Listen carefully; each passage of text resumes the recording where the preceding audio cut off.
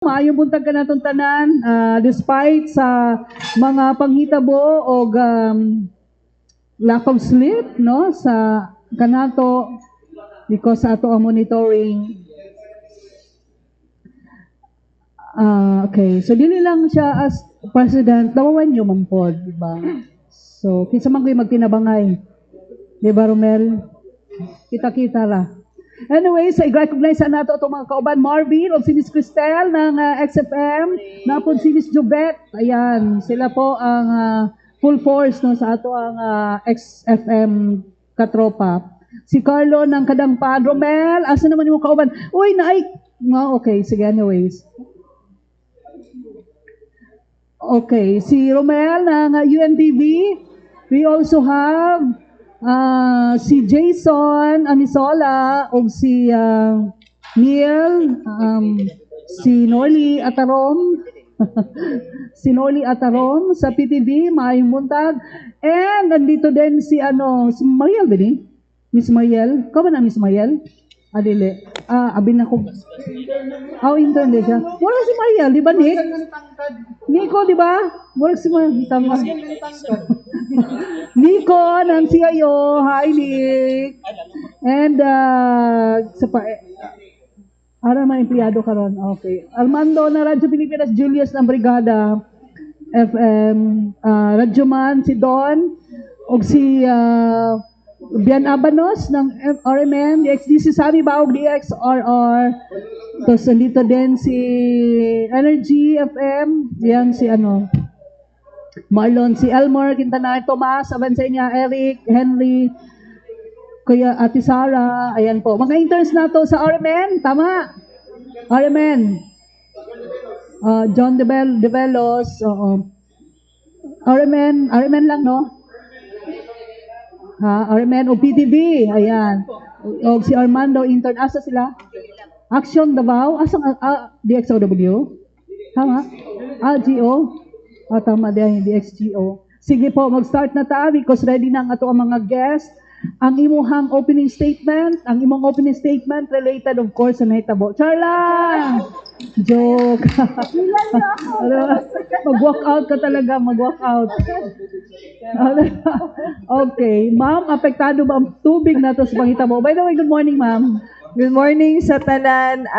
This is to report no that 3 months in and at the height sa kaning ato ang Fire Prevention Month wherein expected na to nga musaka ang cases sa mga sunog and pasulod na pod no ang kaning medyo init na panahon.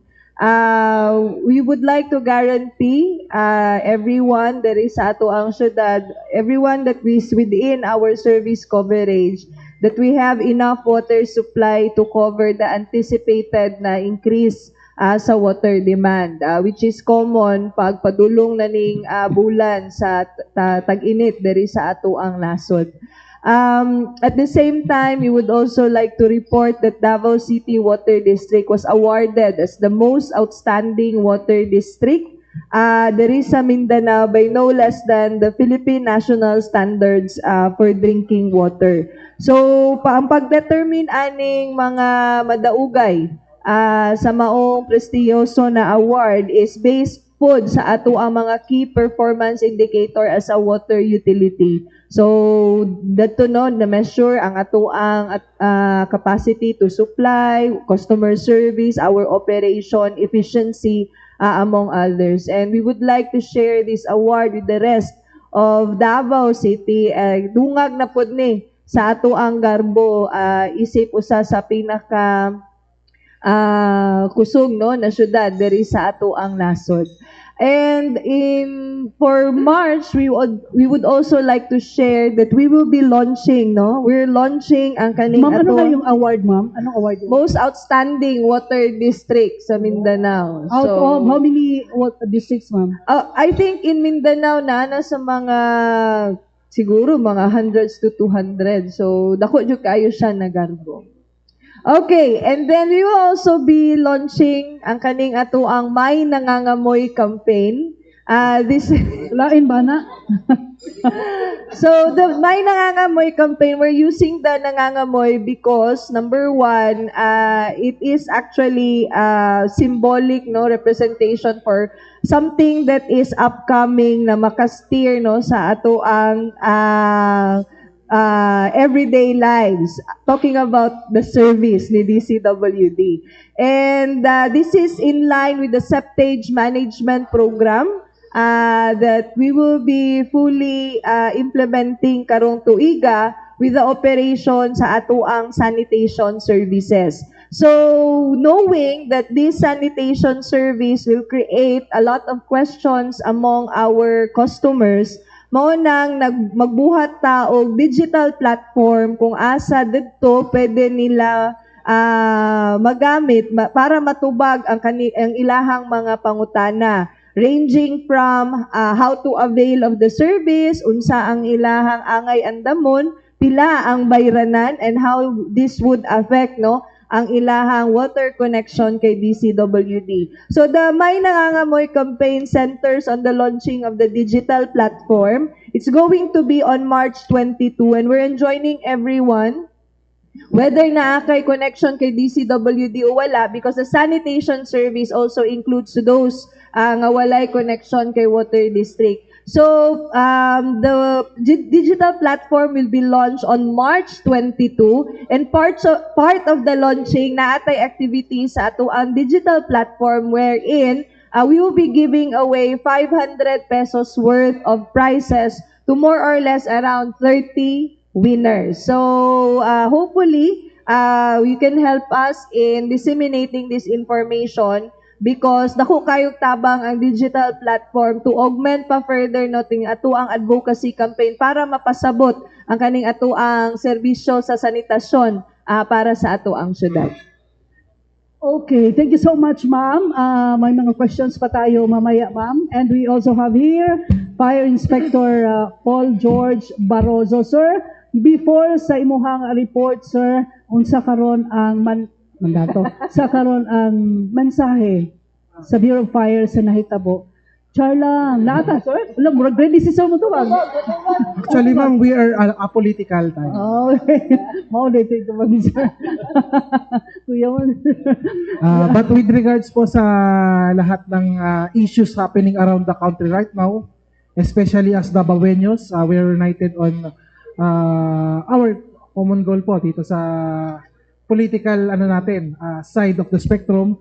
But this time, I will be presenting to you the activities. But before that, a happy Fire Prevention Month to each and every one of us, especially to our media partners.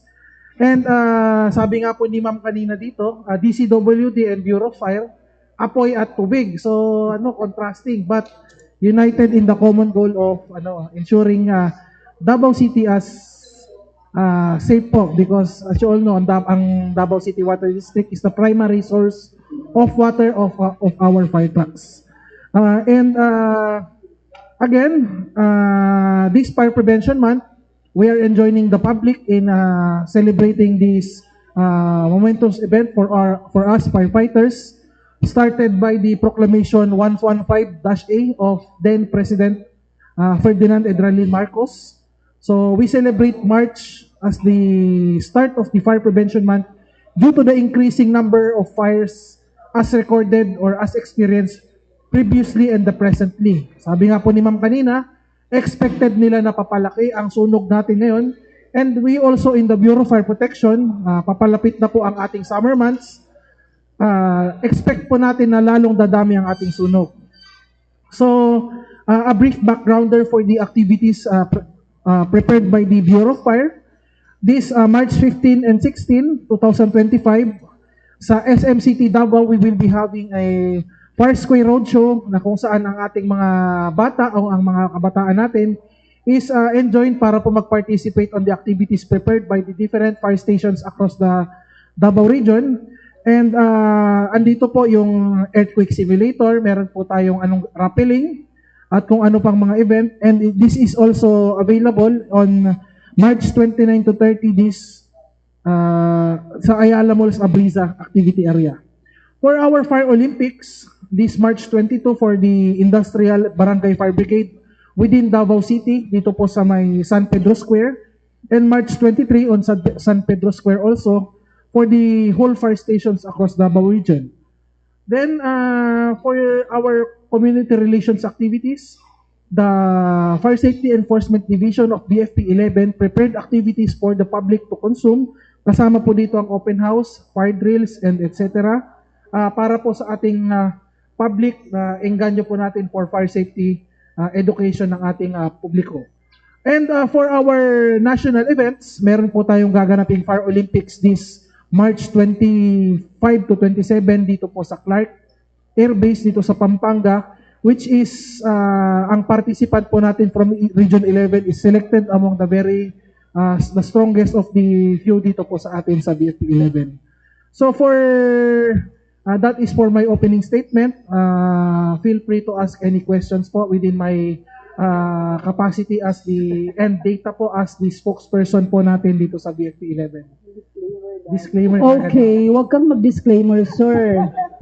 Okay, sige. So, sir, meron tayong data, sir, sa fire incidents sa buong Davao region, sir. Yes po, for the whole Davao region, for the month of January to February lang muna tayo kasi hindi pa tapos ang month of March.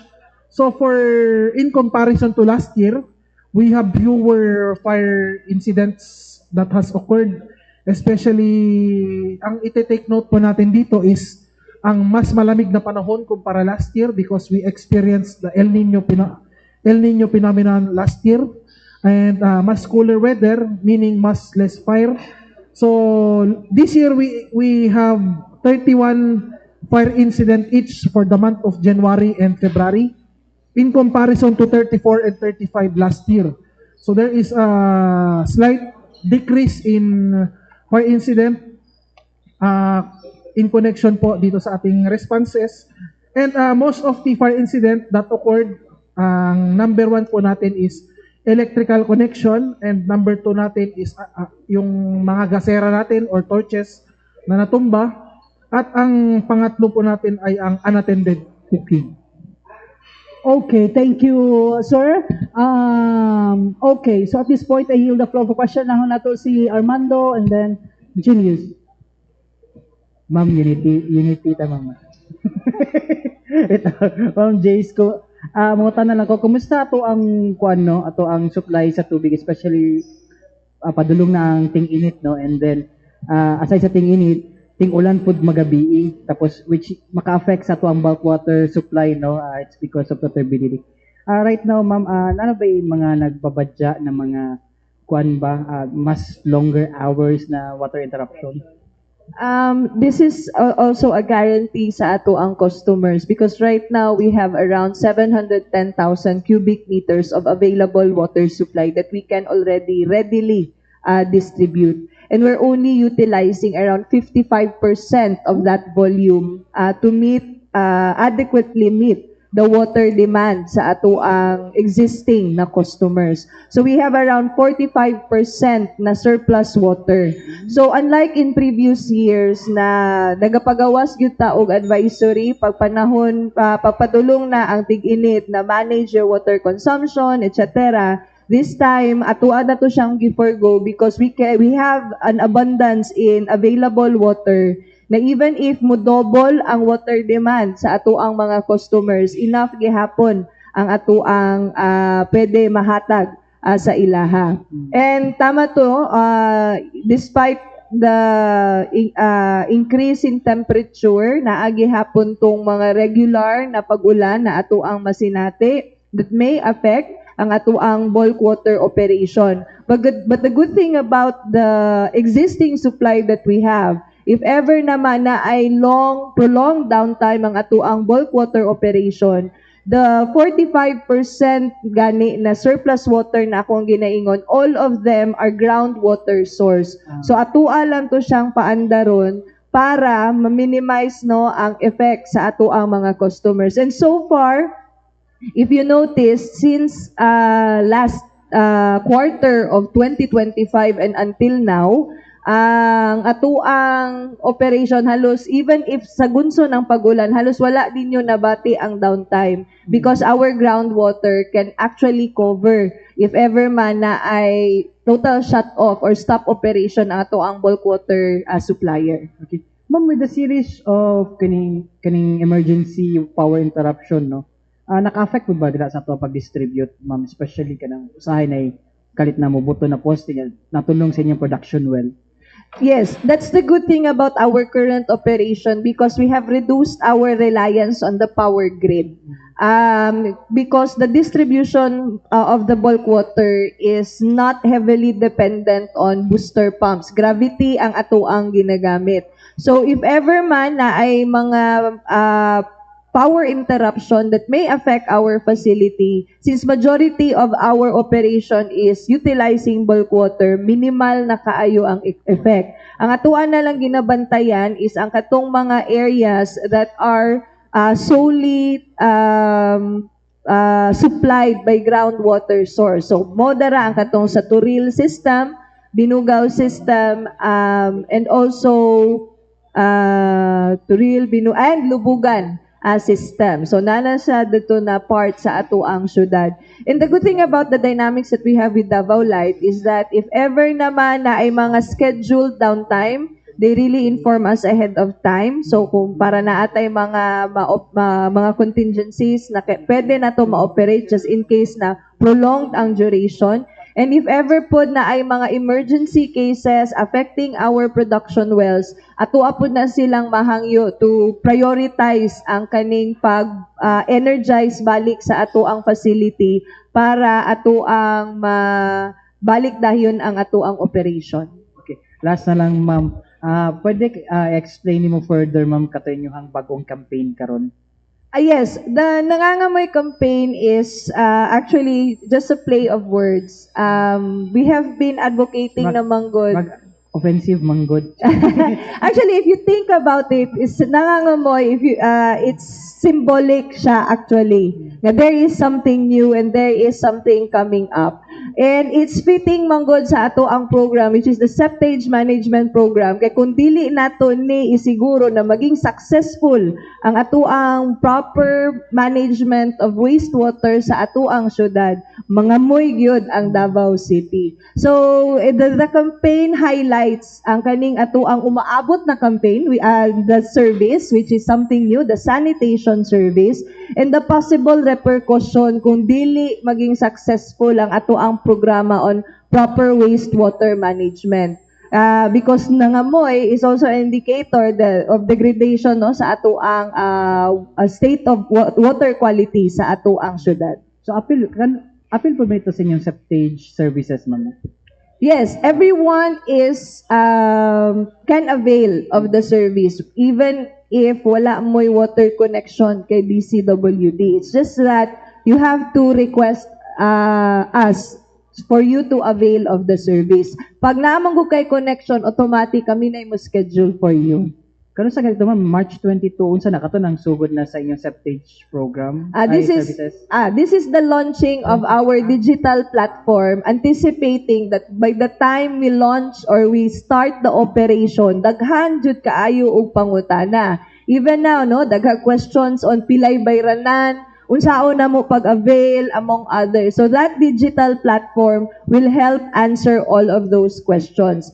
Kay liman kakaron tuiga, we will already be operating by second semester. And with that operation, syempre, ang pinakaunang pangutana tagpila ang madungag no sa amo ang bayranan. So in order to manage all of those queries in advance, atuan lang tagaan o medium ang atuang mga customers and non-DCWD customers kung asa pwede na nila ma-familiarize ang programa. Kano sa formally magsugod ang katong services, ma'am? Second semester po. We're just waiting for the treatment plant dito sa atuang sa Malagamot to be completed. Kay without the planta, dili man gud ta maka-proceed no sa sanitation service kay dili na to ma-properly treat ang ma-collect na septage para sakto pod ang iyang disposal. As of now, ma'am, after ninyo gi-reveal ni I think last year pila na ang completion rate sa ato ang katong planta? I think for this one, we're already at around 90%. Ang atuan na lang ginabuhat karon is to install ang katong mga equipment that we will be needing for the treatment. Most of the vacuum trucks have already been delivered. Ang kaduha na lang ata ang nabili na napa sa may tagong banda. So naa na lang gina-workout. And from there, pag humana ang installation sa mga equipment na ato ang gamiton, naatay ginatawag na system proving. This is part of the project implementation to check na kung naka-comply ba ang contractor sa katong specifications na ato ang kailangan. So after the system proving, if makapasa that's the time we can already announce the full operation. Okay. Ma'am, di ba ma'am, kung ako na kami, duha ni kaplanta? At initial pa lang isa. Pero inyong buhaton for the whole kuan na duha. The direction is to have 3 septage treatment facility in strategic locations. Okay. Thank you po. Last na lang kay mo. Tana po kay Sir Barroso po kay dugay-dugay ba siya wakanhi diri. Anyways, sir, ask ko lang ano pa yung every year we celebrate Fire Prevention Month, and during Fire Prevention Month na jud pinakadaghan nga sunog ng mahitabo no, it's because of the temperature no. Right, so ito ba mga common pagyud nga gina-confront no sa ato ang BFP during the time nga naay sunog, and unsa nga to ang mga ways forward or mga proposal no para dili na nato di sila ma-encounter usab? Yes, sir. Thank you for the question. First, sir, ang na-experience natin when the temperature goes up po is the amount of grass fires or rubbish fires natin na na-experience. So, one event that is common to Davao is the pagkasunog po ng Mount Apo last 2015, if I'm not mistaken po. So, this is due to the unattended campfire ng ating mga campers na na-left behind dito. Nasunog po yung part of Mount Apo. So, one way is to look forward. First of all, ang fire safety natin is not only the job of the BFP or the Bureau of Fire Protection, but it is also the job of each and every one of us. So, with that notion, sir, we encourage the public that responsible camping, katulad ng hapon nung nangyari sa Mount Apo, responsible camping, responsible parenting dito sa ating mga pamamahay, at responsible citizen bilang pag-aalaga sa ating mga electrical equipment. Those are the steps that the public should take in order for us to ma-strengthen natin ang ating fire safe or fireproofing our homes, our communities, and the environment, sir. And also, sir, idagdag ko lang din po, kapag po papalapit ang mainit na panahon, dumadalas ang ating paggamit ng ating electrical equipment or ating appliances. Ang influx of electricity na ito may lead to overloading or overcharging ng ating mga saksakan. So, it can lead also to electrical fires. It is a jargon of the BFP, but ang ating electrical fires is considered into many different parts na rin po. Too technical for us to encounter right now, but it is still ang public knowledge or public information is still the best way in empowering ourselves in ensuring a fire safe nation, sir. Okay. Ay kang Ma'am JC. Ma'am, kumusta na ko yung text bill, ma'am, o katong electro e-bill? Yes. Ano ba nag-abil ato? Yes, right now we have increased the registration to around 100,000 service connections, but we still have a long way to go kay karon na naman guta sa 260,000. But we're planning really to increase the number kay the direction jud baya sa water district is to abandon na the paper bill and gamiton na gyud si text bill and email billing for the billing notification. It's just that sa pagkakaroon, ang atuang focus pa lang is to increase ang number of registration sa maong serbisyo because there are still many customers na ang preference gihapon is the paper bill. Dapat timeline na naman kung kano sa nato ma-achieve. Yes, for the whole year, the focus of the campaign is to increase sa ang registration. Hopefully, siguro by the time na naka 80-90% na ta sa atuang registrants, that's the time we will announce that we're ready for the migration. Okay, sa inyong duha ma'am, kumusta atong mga fire hydrants po diri sa syudad ng Sabah? Sige. For the fire hydrants, the maintenance kasi, and including the operation, ang nagatanaw na is the water district. So, I think around 2021, nagibuhat na task force ang ato ang syudad, the fire hydrant na task force. Kung asa na adto no members si water district, the local city government, and also the BFP and the DRR to oversee and ensure that all fire hydrants are adequate and working properly. So regularly, that's part of our monitoring and maintenance activities. We're also coordinating with BFP to ensure na strategic ang location sa ato ang mga fire hydrants. Kaya isa sa mga nakita sa task force ato na time was that na yung mga fire hydrants actually nga dili na need, kay dili magamit, like dili makasulod ang fire trucks, etc. Naapo yung ubang lugar na kailangan og augmentation. And right now, we have already addressed no ang katong concern on water pressure. Kay isa sa mga concern sa task force in 2021 was naalagi hydrant pero hinay ang pressure. So appeal na siya sa mga na-address with the operation of the bulk water. Kay with the increase in our supply, the increase in our pressure, masiguro gyud nato that all of our hydrants have enough water supply and pressure to help in fire prevention. Yes, in 2021 na ata sa 900 fire hydrants. The number right now is more or less duol gihapon dara because some were decommissioned kay dili gyud siya appropriate for fire prevention. Some naman nagdungag ta. So within that range gihapon. Yes, function gihapon.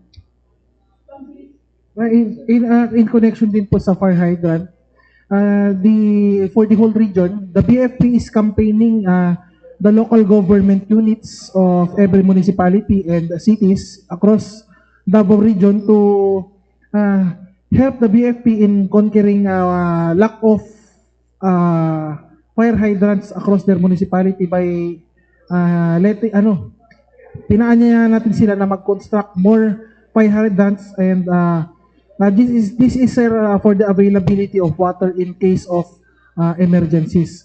And with the sabi nga po ni Ma'am kanina, ang maintenance po ng ating fire hydrants is done solely by the water district, but on our side, the BFP, na meron din po tayong initiatives na ensure natin ang ang maintenance ito by yung ating mga reporting the leakings kasi po pagka meron pong leakings dito, ang nagre-report po ay ang BFP kasi po ang hindi naman po kaya ni DCWD to ensure the maintenance of fire hydrants because ang naggagamit talaga nito is the Bureau of Fire. Iwas na rin po ito yung mga ibang kasamahan natin sa public, binubutas or ino-open nila ng kusa yung fire hydrants. Kaya po, meron pong yung special apparatus lang na ginagamit ang DCWD and the BFP para po pag-open ito. And for the Davao City, kailangan po kasi ang term natin na strategic.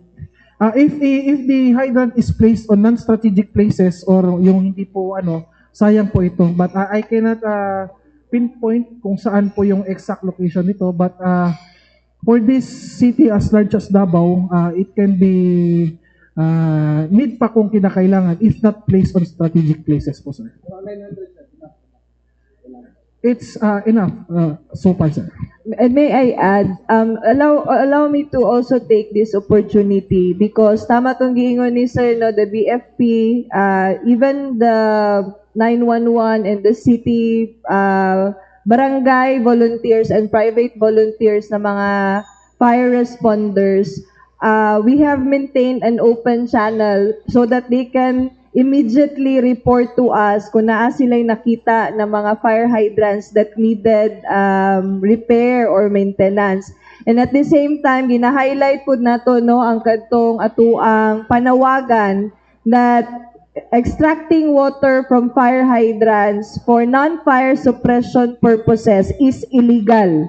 Ang uban man gud gihimo na nilang practice just because kay naa sila'y access mukuha sila dayon. So we're emphasizing right now that is an illegal act and we're encouraging everyone to please report to us no ang kana na binuhatan nganuman kana man gud naga-extract og water from the fire hydrants nga dili pang sunog nga wala ni agi og proper channels with us sa DCWD. Ang tendency ana ma-mishandle nila ang fire hydrants. Number one, pwede nila madaot ang fire hydrants and by the time, siyempre di man na mo ingon sa atua. And by the time na gamiton na siya for fire response, dito pa na mahibalan, no, nga daot di ay. Kato kay sige di ay og kawat og tubig dito. And second, pwede po nila makontaminate ang atuang water supply. Kay di man sila kabalo mo properly handle sa opening and closing, posible na makompromise ang atuang water safety. So that's why this is really in partnership with the BFP and all of the barangays na ilimit lang yun nato ang paggamit sa fire hydrant for fire suppression purposes. Sir, follow-up na nato, sir. Ilan ka na, sabi niyo po, may kakulangan po yung ibang municipality sa mga fire hydrant. May mga municipality ba at city na medyo kulang po, sir? In a specific municipality, sir, wala po tayong in particular, but siguro masabi natin yung mga medyo mababa ang low income class na municipalities natin. Yes, mga third class and below, yun po ang need natin ng encouragement to construct more fire hydrants across their municipalities. Morning. Kay Sir George, na-mention mo good last press ko, no, ni Fire Senior Inspector Sindrias nga sa ilang record is mas taas ang insidente sa sunog sa mga commercial industrial, then second is residential.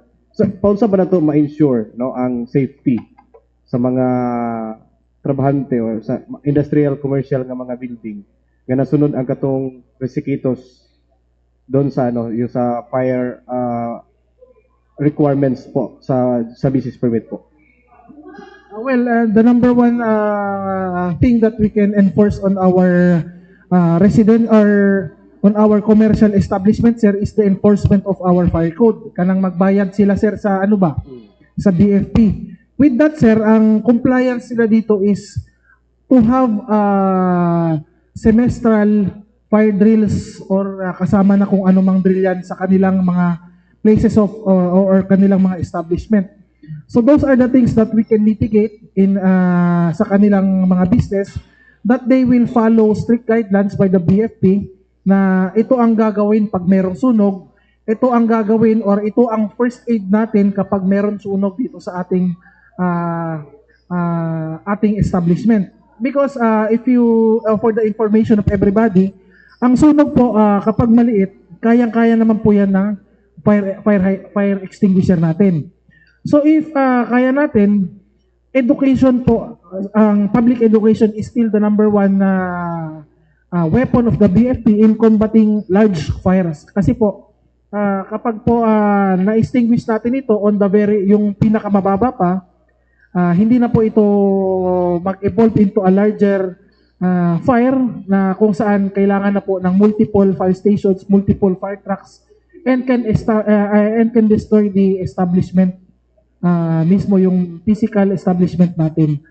So those are the steps, sir, that the BFP is implementing in ensuring the business establishment is cooperating with our main goal of ensuring a fire safe environment. During sa inspections or before ihatag ang kaning certification, sa ba usual nga mga kuan makita nato nga violations sa usa ka mga industrial o commercial nga kuan?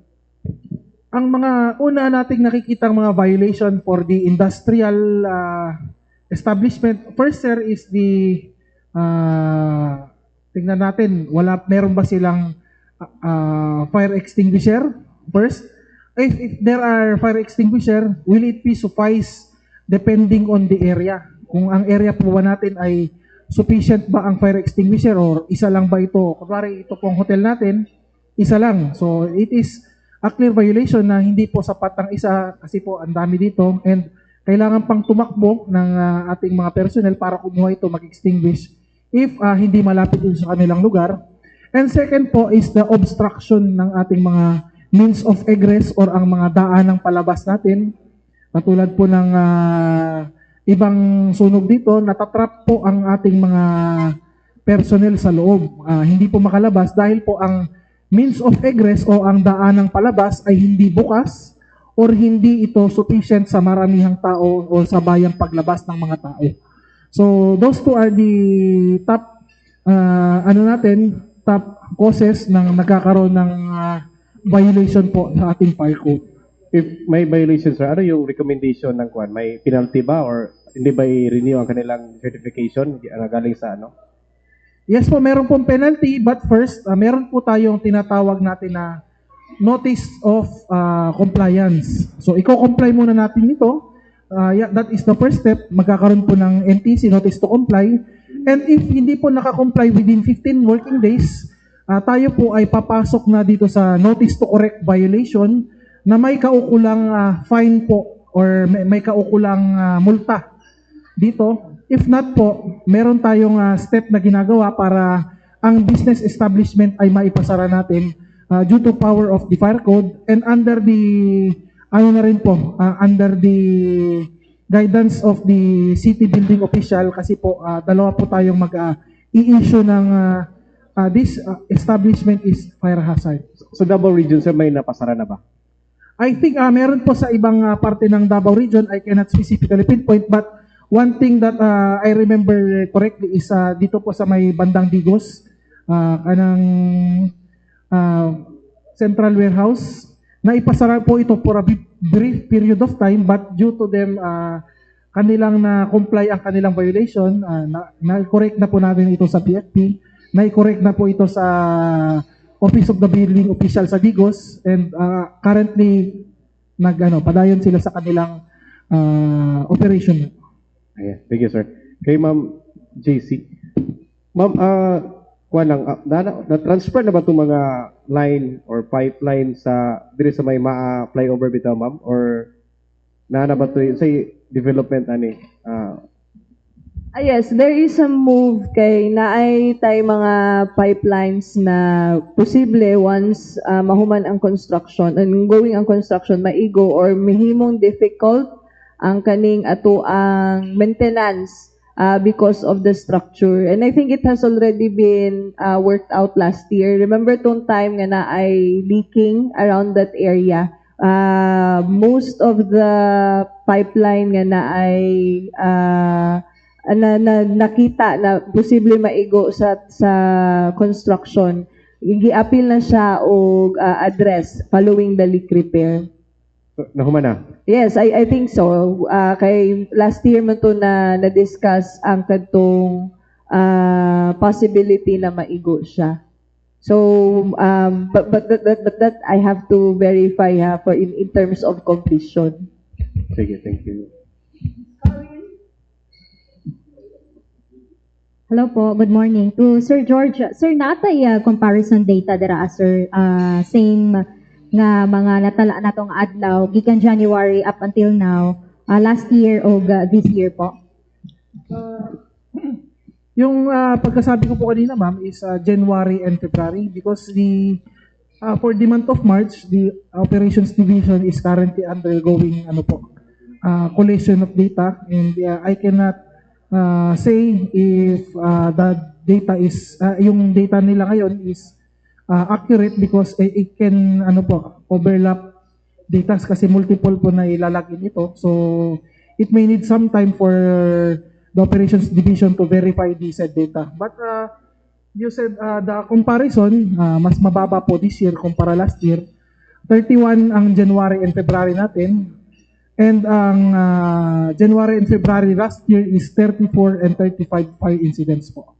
These are, by the way, index fires, meaning mas marami yung mga establishment na nasunog.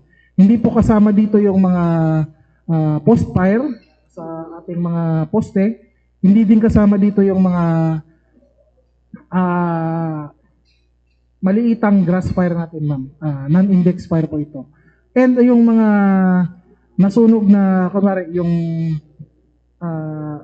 kanilang mga gasol, mga na parang may partially burned, hindi din po ito kasama on our data gathering. Index fires po yung ating kinukuha for the 31 on January and February po.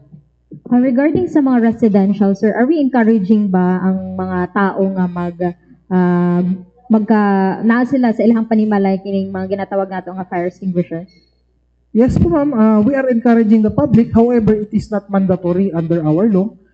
It is the imperative of the family to buy a fire extinguisher for themselves to use in case there are emergency in their households. So, ang ating in-encourage pa rin is yung anong gagawin pag mayroong sunog na ganito sa ating mga pamamahay na maliit? Anong gagawin ng mga bata or ang ating mga matatanda dito? Paano ito apulahin? At ang pag-save po ng ating numero sa ating mga cellphone or ating mga telepono in case there are fire breakouts in the community. Because as you all know, the trend today, live muna bago tawag sa bumbero. So, yan po yung nangyari talaga, ma'am. Yes, marami na pong reels for the reels and for the FB Live. Baka baka magka-commission sila on Meta. So those are the trends currently happening right now in the BFP. Those hours hindrances in ensuring the community to be safe. Speaking of hindrances, sir, sa kanang mga panimalay nga nasunugan pero ang ilahang mga kalsada kay mga buot, sir, unsa ang atong pamaagi to address that po? Like the previous pronouncement of the BFP, it is the imperative of the local government units and the barangays itself to clear out their alleyways or mga eskinita nila kung sa traffic. Dapat ang ating alleyways and streetways are clear of any traffic if there are fire incident that may happen inside doon po sa kasulok-sulukan ng eskinita natin. And one thing that the BFP can do is mag-inspect sila sa mga lugar na ito and point out if how many hose lines natin, yung mga hose natin, ang kayang ipasok bago mapunta doon sa pinakadulo natin ng mga establishment. I believe that that practice is practiced when I was still a fire marshal doon po sa Caraga, sa Butuan City. So yun po yung practice ko and that is the initiative of the marshals itself. And can be implemented also here. Depende kung makita po ng ating operations or ng fire marshals na effective ito on their community. Can be done pa lang po. So wala pa gina-practice so far, sir, din yung ano po, ma'am, public education and inspection po sa mga lugar na ito. So familiarity by the drivers and operators, kailangan po familiar sila sa kanilang lugar. And with that, ma'am, same ano naman ito, same attack o same concept po ito nung paglista kung ilang height, ilang hose ba ang kailangan dito sa loob. So nakatatak po dapat ito sa mga mga bumbero assigned on that specific place. Sir, sa inyong assessment, enough ba ang atoang numbers of fire trucks nga para makaresponde sa mga sunog sa nagkadaiyang lugar sa Davao Region? Ang ating mga fire trucks po, ma'am, kasi po ang ating mga fire truck ay as the years go by, ito po ay naluluma. So, what we need now, most especially, are newer, mga bagong fire truck or ma-increasean ang dami ng ating mga personnel. So those are the I think that steps that the BFP National Headquarters can implement to us, paramihin ang ating mga bagong fire trucks at paramihin ang numero ng BFP personnel all over the country. So far, sir, naki-number. Number of fire trucks. Yes po. For the number of fire trucks, ma'am, all across Davao Region, 140. This is the BFP owned. Hindi po kasama dito ang local government unit owned. Hindi rin kasama dito ang ating mga fire volunteers. So 140 all across the 23 or 43 municipals and 6 cities across Davao Region. So malaki-laki din po ang ating fire. But ang challenge dyan ay kaya pa ba ng fire truck na ito na pumunta sa kasuluk-sulukan, pinakataas na bundok. Yun po ang ating challenges as the years go by. Sa mga personnel, sir, enough po ba ang mga BFP? Ang 1,890 natin na personnel from the Bureau of Fire Protection, may need around 200 more pa po para po maano natin ang ating target natin na fireman to population ratio natin, ma'am. Thank you po, sir. To Ma'am JC, hello ma'am, good morning po. Ma'am, as preparation po sa sa El Nino, possible nga daghan yung mga magbuhat-buhat o mga pool or bisan ka ng mga portable lang, ma'am. Unsay advice na to ani, ma'am? Enjoy. Again, no, kung if the scenario was like 2 years ago, action na mi ana og Kabalaka. At the height of COVID, that was one of our major concerns. Kay grabe gyud ang pagsaka sa consumption.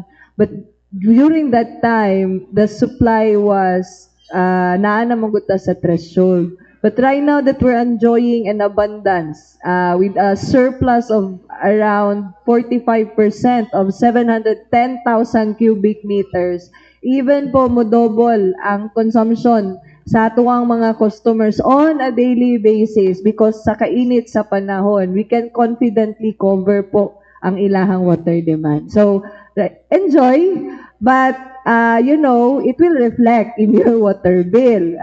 So, ayaw na lang po mo, i-anticipate lang po ninyo na musaka ang inyong bayro nun because your consumption will also increase. Ma'am, recently napapaghapon tayo natala nga mga nagapa-as-if na mga personnel sa DCWD and nagapangawat gihapon og mga kuan nato dira ang mga water meters po. Okay. For the water meter theft,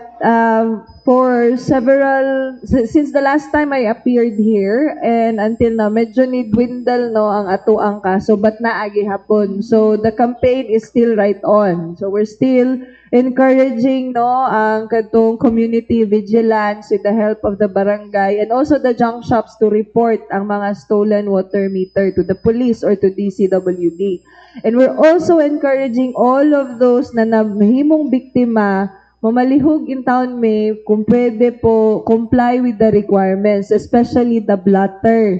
Kaya dako kayo ni siya og tabang para mahabol na to ni na mga dautan no na mga entities. Kaya without that, dili gyud nato sila pwede mapanagot sa ilahang gibuhat. As to the fixers o katong mga nagapost no as water district employees na kanang will help fast track kunuhay ang inyong mga application with the help of our online na NSC application na reduce na pud nato na even those katong mga nag-issue of fake na water district receipts na reduce na pud nato na. But of course, padayon gihapon na ato ang remind no sa atong mga customers na any transactions ayaw jud mo agi o bisan kinsa promising no nga much faster ang pagproseso because our systems are easy, our processes are fast, you don't need to pay anyone and naka-queue gyud na tanan inyong application. So there is no way for them na makaing promise na gikan ka sa ika 100 na application mabutang da yung ka sa first because naka-system no ang ato ang kaning applications. Thank you po, Ma'am JC. to Sir Paul George, no. Sir, unsay maingon nato sa mga area kung asa prone ang kuan sir sunog? Pahimangno na po nato sir. Sorry, airport areas, no? Ano pa ulit pa ng punta? Ay, sir, unsay maingon nato sa mga area nga prone sa sunog sir? Tapos pahimangno na lang po nato. So, when we say fire-prone areas, ma'am, meaning they are dikit-dikit ang mga pamamahay. So, those are the impoverished part of the cities or municipalities, meaning hindi mahirapan makapasok ang ating mga fire truck. So, for ang tactics po natin dyan, first, sinabi ko po kanina that familiarization of the, po natin, ang ating mga drivers or mga fire truck operators and personnel itself para po dito sa pagpasok dito sa mga lugar na ito, and also the public education of the personnel. At ang nawawalang tradition po natin na bayanihan na kung saan ang ating mga kababayan natin ay sabay-sabay tumutulong para pag-apula po ng sunog. Medyo nawawala po ito in the sa panahon natin ngayon. Inuuna nga po yung live and other factors that may affect na hindi talaga tumutulong ating kababayan. So, for that, the BFP is still active in our campaign, especially in empowering the barangays, our auxiliary groups, and the people themselves sa kanilang mga pamamahay that they are the ones who are essential in ensuring or sa pag-iwas po natin sa mapansalang sunog. Thank you, sir. Okay, before other questions, I'd like to introduce to you our the late guest. We have here officers from LifeWave. I'd like to introduce to you Sir Tito Nuestro, the Executive Director ng LifeWave US, and we also have Sir Rick Del Luca, Elite Senior Presidential Director of LifeWave US. So since meron tayong kano, so speaking AFAM tayo ngayon. Okay, AFAM, yes. Sir Rick De Luca, sir, welcome to Davao. Is this your first time that in Davao? Yes, my first time in Davao. Yeah. So how do you find first Davao City? I love the people. I love the area. I love the camaraderie. Everyone loves each other. Very beautiful. Culture. Culture. What about the culture? Like what? Just caring and people work together, teamwork, and helping each other. Yeah. So nakita siguro ni Sir nakitabo kagabi mo dito sa Davao, yung work together, di ba? For a cause. Okay. Diba? That's it, Dayon. Sir, may mga questions kami later on. And Sir Tito, good morning, sir. Welcome sa Davao Peace and Security Fire Corps. Well, thank you for inviting us here. In fact, we just came from United States a few days ago from Korea into here. So the reason why we're here, we want to introduce LifeWave, a wellness technology that not even, I don't know if you know about it. So what our purpose is to help a lot of Filipino people, because I'm Filipino, because this really give an impact to a lot of people. It's not only about health, but also a lot of things, financial too. So we're here to really introduce this technology so we can make a difference on people's lives. Thank you, Sir Tito. Sir Rick, can you tell us the company, sir, the profile of the company, and what services are you giving, of course, the Filipino Davaoeño, sir? Yes, the company was established in 2004. First of all, it started with the military, U.S. military, in 2001, and then in 2004 they shared it to the world. It's a patch, a device, acupuncture without needles and beyond, and nothing enters the body, non-transdermal. So everything in this patch is natural water, natural sugar, natural salt, amino acids, oxygen, nitrogen, electrolytes. So everything communicates with our cells and helps the body heal itself. The body can heal itself by opening up the channels, the blood flow. So it is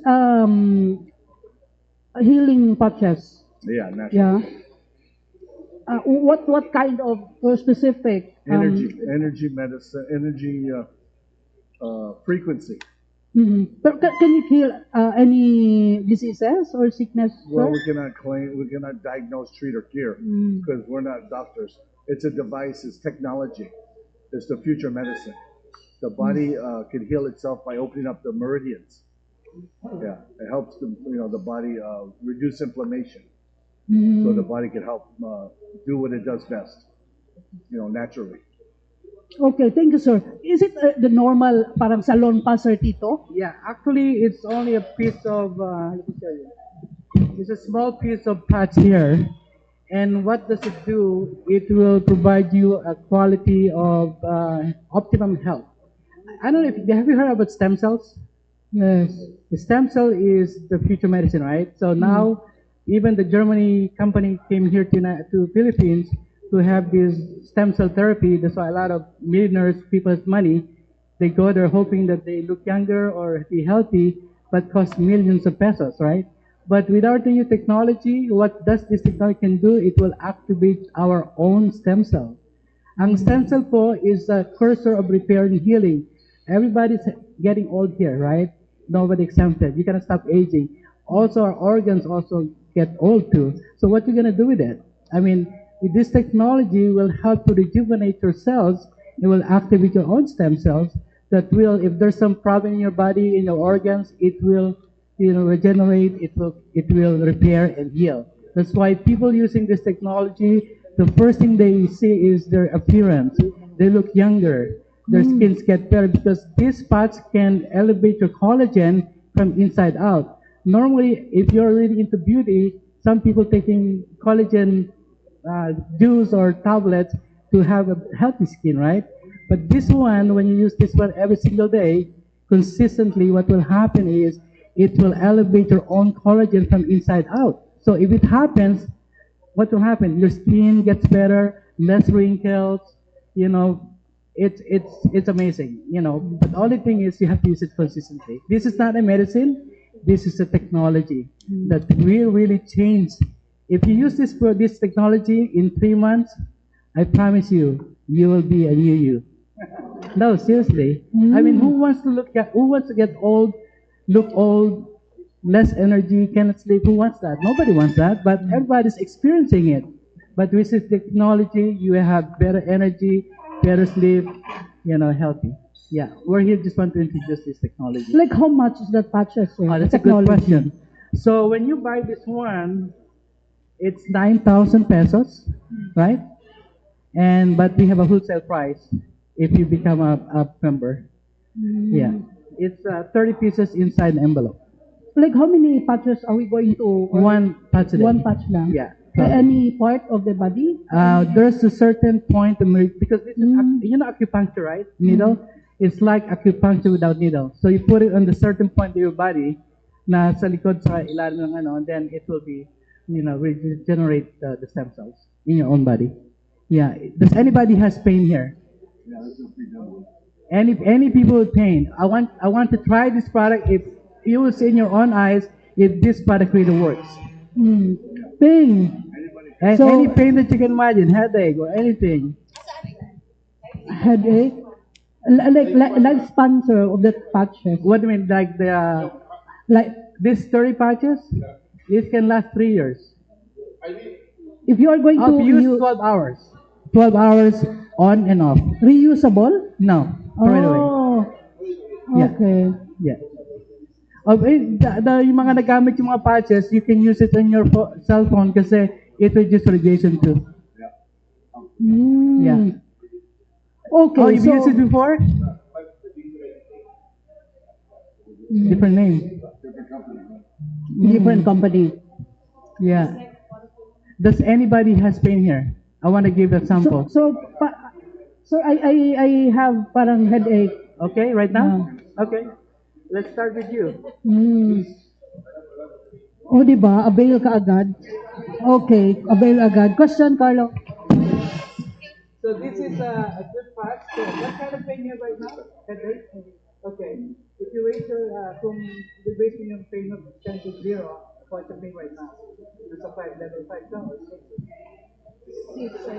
Okay. I'm gonna put this behind my neck, with it right head. Meron ko malaking butong ito, di ba? We call it GB14, Governor Vessel. I'll just put it here behind there. Okay? So now, ang pangalan ko yung Ruth. Ruth, I want you to drink water, your water, and then I'll count.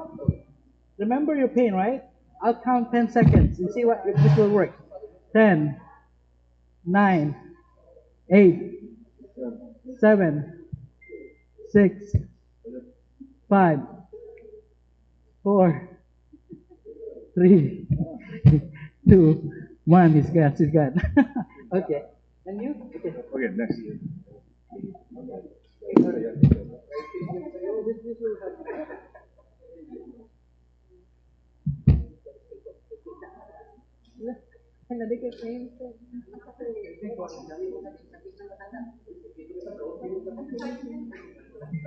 May pain ka? Okay, we're gonna call you. Yung pinasama, we're gonna call you back. Okay? Yeah. Saan pain po? Sa buong katawan ko, mayroong pain. Sakit ng matanda. Okay. So, bata kayo na. Pero gano'n ang manghigot tayo dito. Just to... Okay.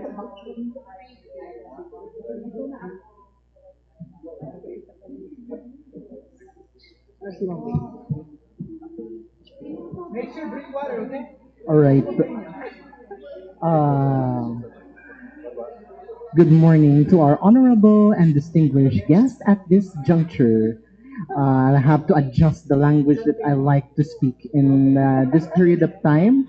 I will go on first with Fire Senior Inspector Barroso in terms of, let's just say, of course, this month is Fire Prevention Month, but however, there are some instances that there are some residents in the areas, kumbaga mga makitid na lugar, that we cannot deny the fact that there are some residents intervening of which one who will put out the fire first in their respective homes or establishments. So, is there any piece of advice for those who will try to intervene while they are turning off the flames in that community, if ever? Simba ko lang. May mga instances, sir, na ganyan, sir. Yung kapag po yung mga residente is kinukuha ang ating mga fire hose. One thing to consider is it is punishable by law. Pwede po silang kasuhan by obstruction of the performance of duties of a lawful officer. And the PNP can help us in countering that. But when the place is deemed hostile na para sa mga bombero natin, then we can declare na hindi kami makapasok dyan because of the hostile environment. So, we discourage the public in doing so ng mga pagkuha ng mga hose natin, sir. Follow up, Fire Senior Inspector, in terms that there are people who likely intentional din for the sake of the viewers din sa live natin, very frantic, and of course they wouldn't let the firefighters put out the fire in that home because intentionally someone wanted to put out the fire, likely personal grievances, kumbaga. Is there any cases of arson na as far as you are concerned with some people na sinadya na sunugin regardless na hindi doesn't care na madamay lahat ang mga lugar? For the crime of arson, sir, first we must establish a different facts of the case. So first is willfully burning the establishment and using of meron tayong starter na tinatawag. To establish that, sir, kung hindi nila gustong ipapatay ang bahay nila, we can forcefully extinguish the fire because of the risk of public safety. So kahit ayaw nilang papatayan, if nakita namin na makakadamay ito sa ibang establishment, then we are forced to extinguish the fire without the consent of the kahit sino mang party ito, sir. Sir, another, the complacency. How about the complacency of the fire hydrants that sometimes fire hydrants, it's malfunctioning or not working at all in some areas in case that there are certain instances that mahitabo ang fire sa ilang communities, but how can you be assured to check on those that fire hydrants are functioning well, even to respond in a situation na Simbakulang Palayo, Task Force Alpha in the case of that? Pwede, sabi nga po ni ma'am kanina, sir, ang maintenance ng fire hydrants natin is solely on the job of the DCWD, but nakikita naman natin ito kung hindi ito active. Pagbukas pa lang po ng kanyang yung niya dito, yung parang pump niya dito, makita natin na wala na talaga lumalabas, and that is the time that we can declare na hindi ito pwede. Mahina pressure or daot ang ating fire hydrants. So for the maintenance po ito, the BFP volunteers and barangays is helping the DCWD po para ma-report po ang mga hydrants na hindi na gumagana ng properly. Go on to JC Duhay Lungsod at this juncture. Kulang na lang water, fire, air, and earth. Kanis earth ba ya? Dito ay okay. So for clarification at this juncture, to be honest, that of course it's a summer is fast approaching naman. However, there are certain instances that maybe with the scorching heat of the sun, they wanted to call off, but however, there is no assurance about the water bill that would spike along with their monthly billing. So, any piece of advice that you'd like to give with the consumers of the Davao City Water District? Okay, number one, make sure to manage your consumption. Siyempre, it is understood that with the increasing temperature, you would be using more water for hydration, among others. So, if you want to continue saving water despite the increasing consumption, make sure that you do away na lang of other water uses that are non-essential. But as it is, we can guarantee that despite the doubling ng water consumption ng ating customers because of the higher temperature than usual, we can still cover their water demand because our surplus water is at 45% of our current capacity. Okay, the last question I will give to Sir De Luca at the point about the product. How can I have a question, sir? What is the assurance and complacency of the product that everyone would like to share, and also would guarantee that the problems, the pain that endures in every single Filipino and here and abroad? First of all, we cannot diagnose, treat, or cure because my background is life insurance, real estate background. All I know is I had a shoulder injury and I had frozen shoulder for 19 years, and I used this product in 2006, and the pain went away. My arm got better. So I'm just sharing it to the world and my friends and family. I've been doing this. I went full time in 2011. I've been doing this for 14 years full time, but I was a customer for 4.5 years, and it works like acupuncture. Just like when you're taking medicine. If you're taking like a Tylenol or for headaches, if you bring in 5 people in a room and you give someone Tylenol, Advil, some people won't feel it right away. Some people will feel it in 20 minutes. Some people probably won't even feel it at all. It depends on the person. It depends on how much toxins the person has in their body. So yeah, this product is acupuncture without needles, and it works very well, but it depends on the person. Some people don't experience the same results as others. Yeah.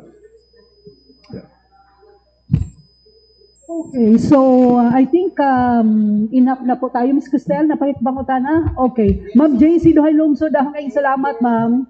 Thank you so much, ma'am. Medyo nataasin na nga ito ang balitaktakan. And of course, Inspector George Barroso, sir, dahang kayong salamat. We also have Sir Rick De Luca. Do you still have an information you want to impart with us, sir? Go ahead. The information we would like to share is Tito is one of my best friends for 27 years. He's a Filipino, and we came here to build a Filipino market. This company's been around 20 years. This company will be a multi-billion-dollar company. Next year will be $1 billion. We're looking for leaders. So what my point is to share with you guys tonight or today, you're going to be introduced to an opportunity of a lifetime. And if you want to help your fellow Filipinos and make a difference in their health, and make money, extra money on the side, that's the opportunity. We have an opportunity to share to the Filipino market. Okay, thank you, sir. And Sir Tito? How do you feel, ma'am?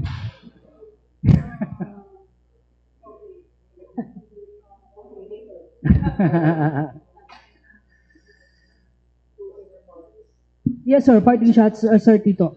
Yes. Well, this life wave is, as Rick mentioned, that this is a once in a life opportunity, and we'll be staying here 10 days in Davao with Dr. Tere. So she's a go-to person because she's from Davao.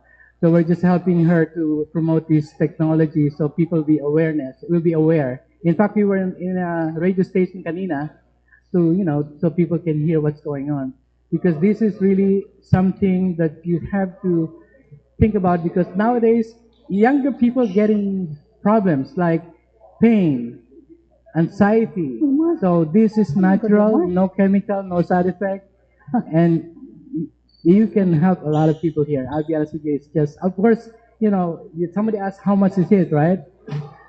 This is priceless because you can help everyone. Okay, thank you so much, Sir Tito and Sir Rick, and also Inspector George Barroso. Ma'am JC Duhay Lungsod, maraming salamat for joining our briefing this morning. Maraming salamat sa The Royal Mandaya Hotel for hosting again our briefing today. Dan salamat. God bless us all. Thank you. Thank you.